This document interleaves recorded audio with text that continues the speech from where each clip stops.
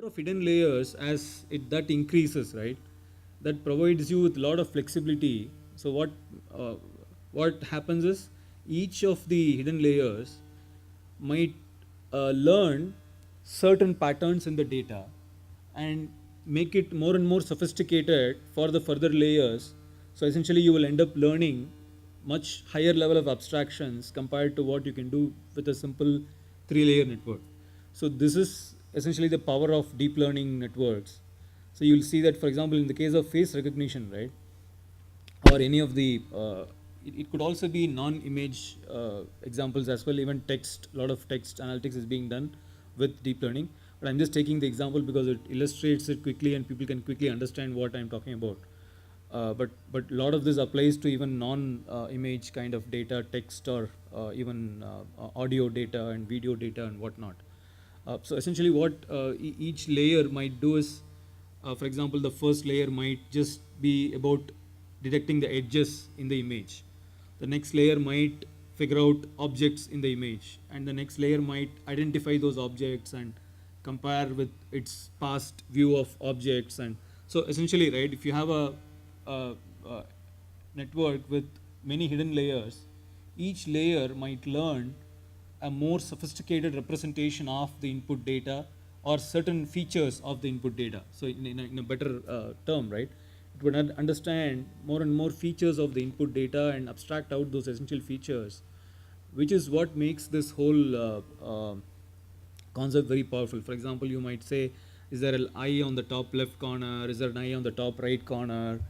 And then, so each layer would actually be about identifying whether there is an eye on the top left or not. Whether the next layer might identify whether there's an eye in the top right corner or not. So that is how a whole series of hidden layers might be built, and one might use it for face recognition. Um yeah, so this is what I was talking about. You have hidden nodes, and again, the connections are weighted connections. Um, However, the complication here is that so what we did, right? How did we train this network when we had just three layers? The way we were training was that we took, for example, the so the prediction, right? So whatever it was able to predict, we took that output, and we took the teacher's output. We got the difference, and we were using a back propagation algorithm to learn, so to adjust the weights, right? Now it turns out that as the number of hidden layers increases, the back propagation algorithm will not work. Why? Can somebody take a guess? Because at every layer, right, the value of those gradients will keep going down, and beyond 3 or 4 layers, then the difference will actually be only zero, and those further layers will actually learn nothing. So it turned out that the backpropagation algorithm was not effective at all, which was why, though multi-layered neural networks have been proposed right from the 80s, they have not been used in any significant application. So the breakthrough came in 2006 by Professor Hinton and his team. So they gave the first efficient way of training a large network, which means that, with large number of hidden layers. So that was a real breakthrough that happened. And how did they do that, right? So they, yeah. So this was what I was talking about. Um, yeah, Hinton's work, essentially, right? The what's known as deep belief network. It's nothing but a stack of restricted Boltzmann machines. So each layer can be seen as two successive layers would be seen as one RBM, and then by stacking up the whole RBM, they build what's known as the deep belief networks. And the real breakthrough was achieved because he gave a new learning algorithm, which was all about saying, so before even starting a back propagation, right? So there was something known as pre-training. So the pre-training would happen in each layer, and that would happen in an unsupervised model. So each layer would be trained. So even before the back propagation starts, right? So they will train every layer of the network, and in an unsupervised manner. See, typical unsupervised learning, happens by trying to mimic or trying to regenerate the input. see, supervised learning one can understand, right? Because you have a the teacher's output, which will be compared against what this it generates, and then the difference can be learned. But how does unsupervised learning work? So unsupervised learning works because essentially what will happen is the input, right? The network tries to regenerate the input, what it understands, and regenerate the input. So this versus the actual input will be compared, and this difference will again be learned. So that's what is basically an unsupervised learning mechanism. So what they did was each layer of the the deep belief network, they were able to train in an unsupervised learning model first, and then a typical back propagation was actually applied, and of course they had modifications of it, but essentially the breakthrough was that the pre-training phase would actually help, and this actually resulted in weights in such a way that the whole network was able to learn and learn in an unsupervised manner as well. Of course, supervised training does help. It might make the system more accurate, much faster, whatever it is, right? Both can work.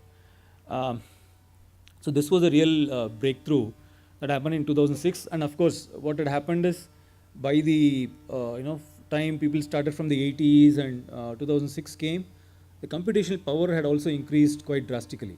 So what took much longer to train in the 80s and 90s took much shorter time because computers had become much faster, and then you had GPUs and people started using GPUs for a lot of these deep belief networks or deep learning networks, as one can call it.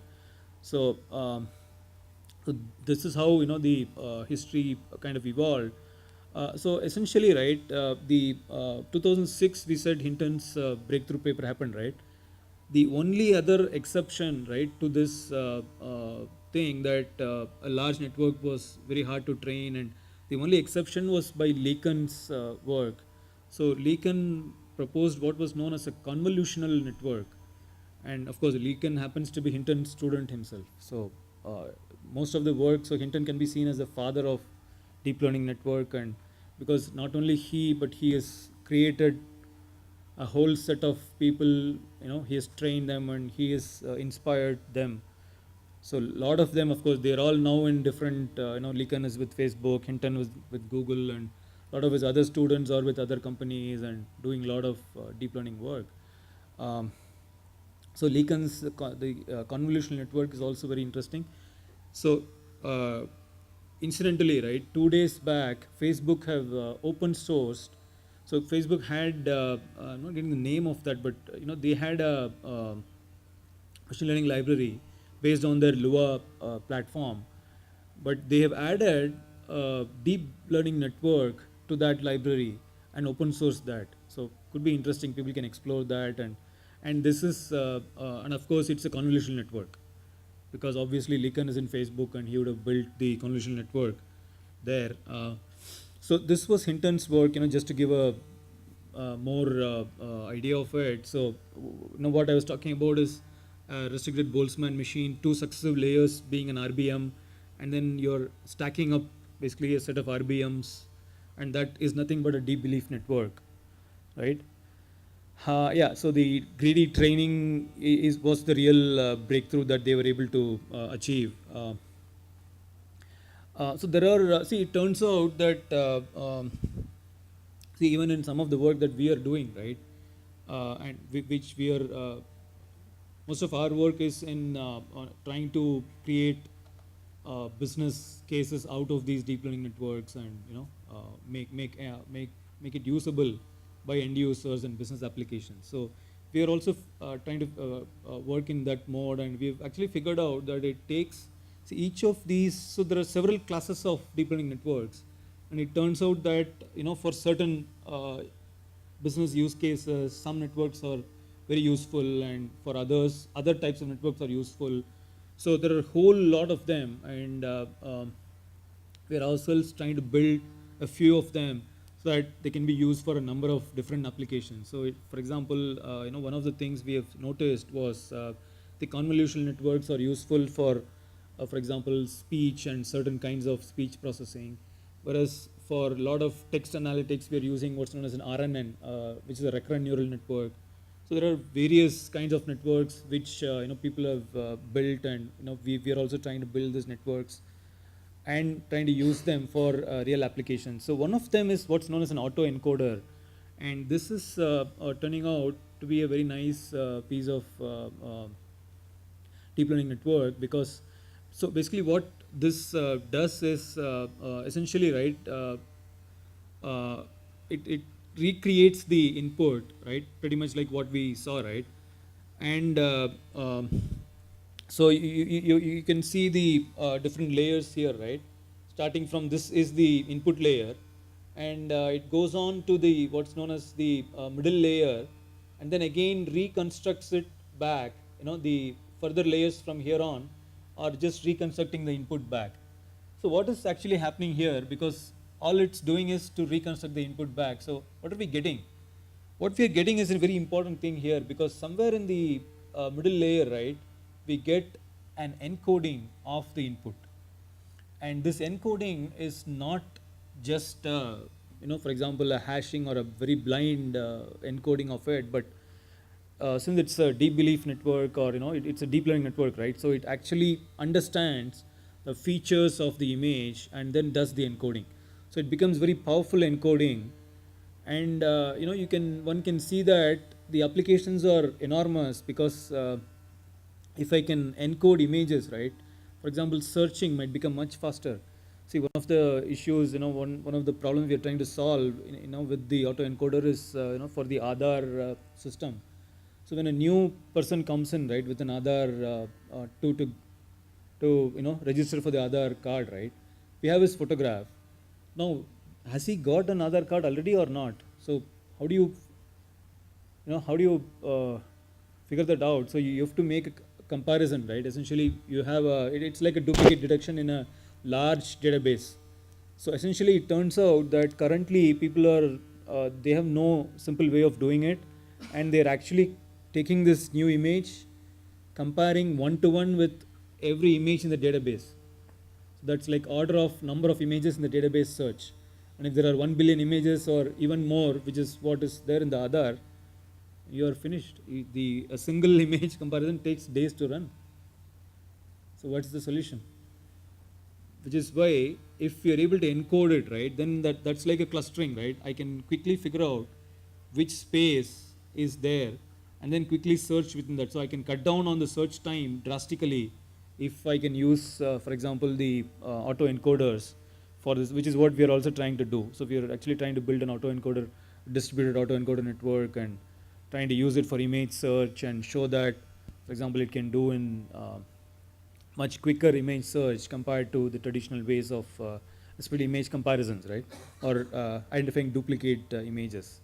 So essentially what we have been saying is that, for example, the traditional machine learning approaches have been statistical, and what's the real difference, right, compared to them and the deep learning networks. So essentially, right, see, of course, one thing is the number of nonlinear operations which can be learnt, and so the number of fluctuations that can be learnt in the input function is much higher.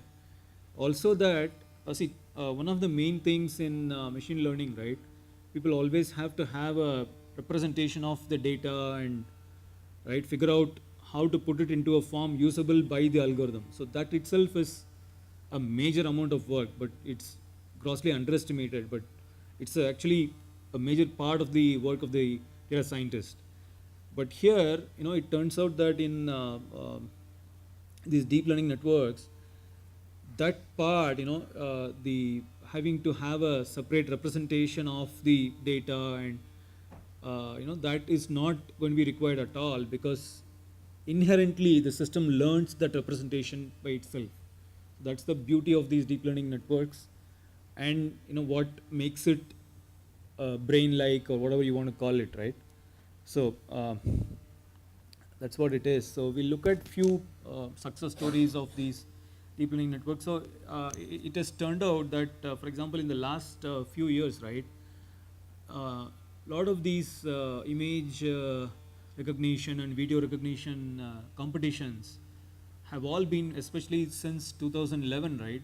They've all been won by teams which have built uh, deep belief networks or variations of it, autoencoders or some form of deep learning networks or the other have always won these competitions. And the practical applications people haven't noticed, but it is there in front of us. Most of us have the Android phone, right? The voice recognition software in this phone runs on a deep learning network. You just say Google and it searches for you, right? That voice recognition. So speech recognition is the most common application of these deep learning networks, which has been proven. So and it's been shown that it improves the state of the art accuracy by about 25%. And of course, Microsoft recently demonstrated the language translation. I'm sure many of you might have seen that video where so they had one user in China and one user in Germany, and one person talking German, the other talking Chinese, but they're talking to each other because there is a deep learning network which is actually doing language translation from and to German and Chinese. This has been demonstrated live. So that is, so language translation is again a excellent application of deep learning networks which have been again proven. Of course, on the traditional task of image classification also it performs well. So for example, on the ImageNet dataset, it's been shown that it outperforms the state of the art significantly. There are more such success stories. So we are ourselves building an NLP kind of application on top of these deep learning networks. So